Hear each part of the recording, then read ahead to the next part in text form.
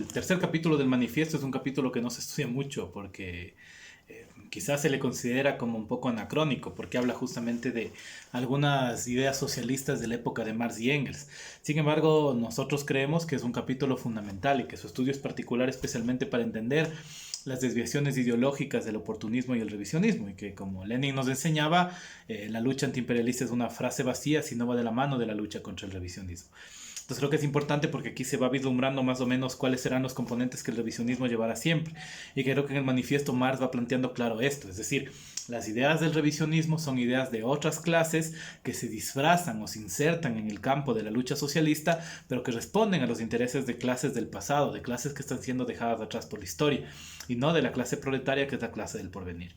Y justamente por eso inicia con esta parte del socialismo reaccionario, donde Marx habla primero del socialismo feudal, que responde justamente a los sectores feudales que ven que el capitalismo está acabando con su régimen feudal y que por eso empiezan a darse propuestas de carácter que parecen socialistas, pero que realmente no lo son.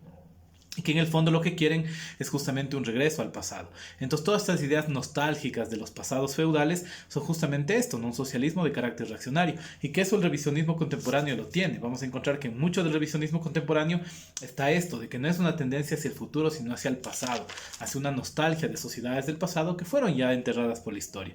Y que justamente estas clases que están quedando ya fuera justamente del proceso histórico son aquellas que quieren ir hacia atrás. Tenemos el socialismo pequeño burgués, que es la base de lo que luego será el revisionismo, ¿no? Donde se habla justamente de que la pequeña burguesía también se ve constreñida por el capitalismo. Se ve constreñida porque su pequeña propiedad comienza a desaparecer, pero su propuesta anticapitalista no es realmente revolucionaria. Entonces el anticapitalismo no necesariamente es revolucionario, como vemos aquí, porque puede haber un anticapitalismo que tenga una nostalgia de sociedades pasadas como el que tiene la pequeña burguesía. Por eso la pequeña burguesía se enfrenta al capitalismo, pero no se enfrenta de una manera revolucionaria. Por eso es que sus ideas son ideas más bien de conservación, de mejora de sus condiciones y no realmente de la transformación radical que la sociedad necesita. Y este socialismo pequeño burgués sigue siendo un problema porque al provenir muchos sectores, ¿no es cierto?, que en algún momento se vinculan a los procesos revolucionarios, sectores pequeño burgueses, y no abandonar justamente sus ideas de clase, terminan luego convirtiéndose en el germen de las ideas revisionistas, y que Marx lo plantea aquí claramente. Tenemos el socialismo alemán, que también es un defecto muy frecuente, y que es este socialismo de los intelectuales, este socialismo que no nace de la clase obrera, que no nace de la lucha, que no nace de la vivencia de la lucha de clases, de la formación teórica colectiva que hace un militante, sino que surge de las aulas de la academia. Y que esas aulas son estériles, porque en esas aulas no se hace un socialismo real. En esas aulas no se lucha realmente por la emancipación. Las ideas construyen ideas, decía Marx. Solo la acción y construye transformación. Y la lucha socialista, nuestra ideología, nace de la lucha de clases, y por eso es fuerte, por eso es implacable, por eso es todopoderosa, como decía Lenin. Las ideas que salen de un claustro académico son eso. Ideas que estarán flotando, ¿no es cierto?, en esos saberes, pero que no aportan absolutamente nada. Son resultado justamente de la fantasía filosófica, como dice Marx. Y vamos a darnos cuenta que eso está presente hasta ahora, es decir, que muchas ideas socialistas, ¿no es cierto?, académicas, infectan los procesos revolucionarios, distorsionan las perspectivas de lucha, disfrazan y confunden discursos, como hablábamos en un video sobre Mariátegui, ¿no? Tratan de tragarse a Mariátegui y ponerle a Mariátegui como un heterodoxo, como prácticamente un crítico del marxismo, cuando Mariátegui era un comunista convicto y confeso, o le hacen lo mismo con Gramsci, ¿no? Los mayores aportes del pensamiento de Gramsci son discutidos en las aulas de la academia y no dentro de la clase obrera. ¿Por qué? Porque nos han robado nuestro Gramsci. Nosotros tenemos que recuperar justamente a ese luchador, a ese preso político que fue Gramsci, para poder entenderlo desde acá. Hay el socialismo conservador burgués, que Marx también lo describe, y es eso también. Así la burguesía suele tener a veces estas ideas socialistas, nuestras ideas de querer que la sociedad mejore un poquito, como más o menos habla aquí justamente de lo que hacía Proudhon y otros anarquistas de la época, que es esta idea de justamente tratar de hacer cosas humanitarias por la sociedad, de transformaciones que salgan del buen corazón de la gente, cuando no es esto. Nosotros somos utópicos, no somos de buen corazón.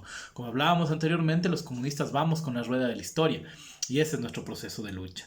Y luego tenemos el tema del socialismo crítico utópico, que es interesante porque la visión que tiene Marx es realmente, siempre he pensado yo que es una visión que es bastante favorable a estos procesos. Y justamente que parten de Graco-Babeuf y que luego se extenderán a Owen, a Fourier y Saint-Simon, ¿no? Y que son justamente en su tiempo lo más avanzado del pensamiento socialista. Porque son muy diferentes del pensamiento burgués y del pensamiento reaccionario del pequeño burgués. Porque a diferencia del pequeño burgués anarquista, por ejemplo, Owen hacía en la práctica lo que él planteaba. Y estas comunas de Owen eran realmente muy exitosas y fueron muy temidas por las sociedades y los estados del la época. Owen fue castigado, fue reprimido cuando intentó convertir esto en una norma social.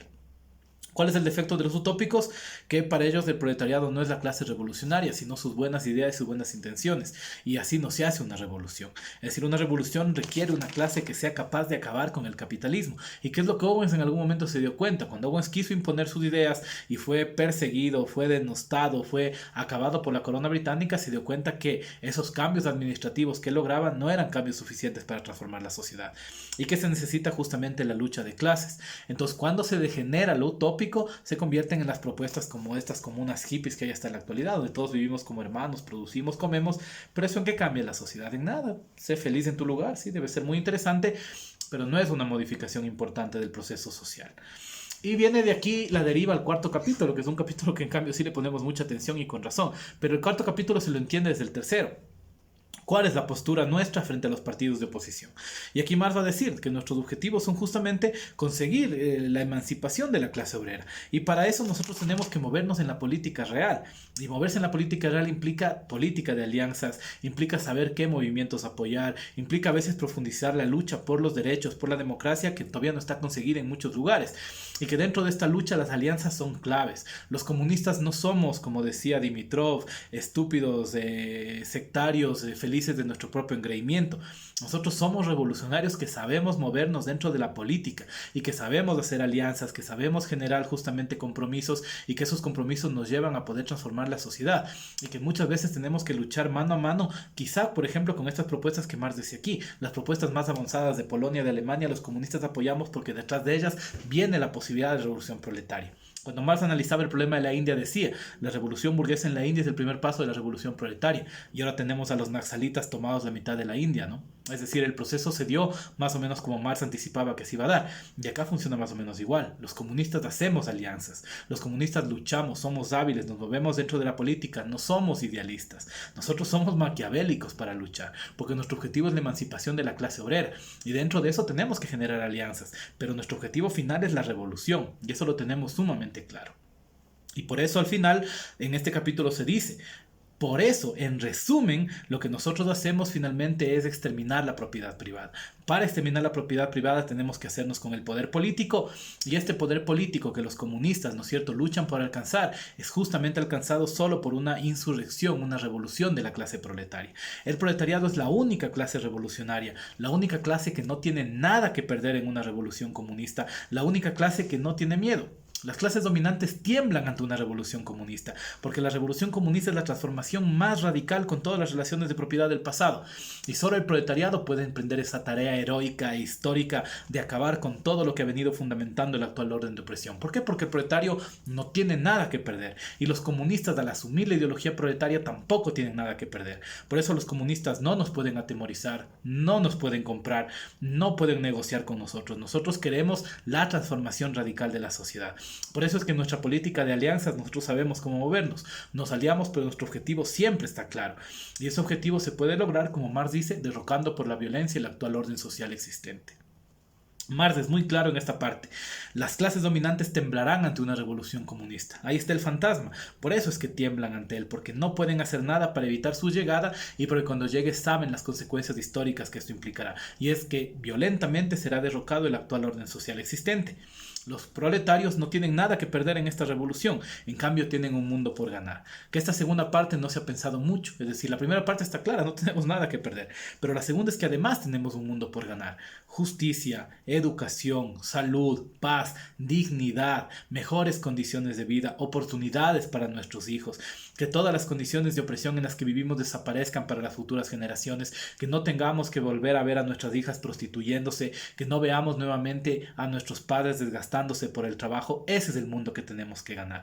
Por eso que el comunismo sigue siendo un fantasma peligroso, porque cuando esta conciencia llega a uno de nosotros que ha sentido la miseria, que ha sentido el hambre y la pobreza, se da cuenta que es verdad, el mundo es grande y el mundo está por ganarse todavía, y nosotros somos la única clase que podemos ganar. Y esta lucha además no es una lucha aislada, es una lucha donde todos formamos parte. Marx dice, tenemos un mundo por ganar y los proletarios del mundo tenemos que unirnos para esa revolución. La frase final de proletarios de todos los países unidos, que es la frase que se utiliza mucho, ¿no es cierto?, hasta ahora en los discursos que nosotros levantamos, es una frase que es sin lugar a dudas fundamental. Esta es una lucha universal, es una lucha mundial. Lo que estamos luchando aquí en el Ecuador, están luchando en Venezuela, están luchando en Brasil, están luchando en España, están luchando en la antigua Unión Soviética, están luchando en algún país del África, están luchando en Siria. Es una lucha universal. Los proletarios estamos en todas partes, seguimos creciendo y reproduciéndonos y la tendencia histórica está de nuestro lado. ¿Qué necesitamos? Esa unidad internacional de la clase obrera para acabar con el capital. Y hacia allá marchamos, hacia allá marcha la rueda de la historia. Por eso es que, ¿no es cierto?, el manifiesto del Partido Comunista, este manifiesto político de 1848, cada vez que uno lo lee sigue teniendo esa fuerza, esa capacidad de movilizar conciencias y ese impacto que genera justamente de terror en las buenas mentes de los burgueses que saben que su tiempo en la historia se ha terminado.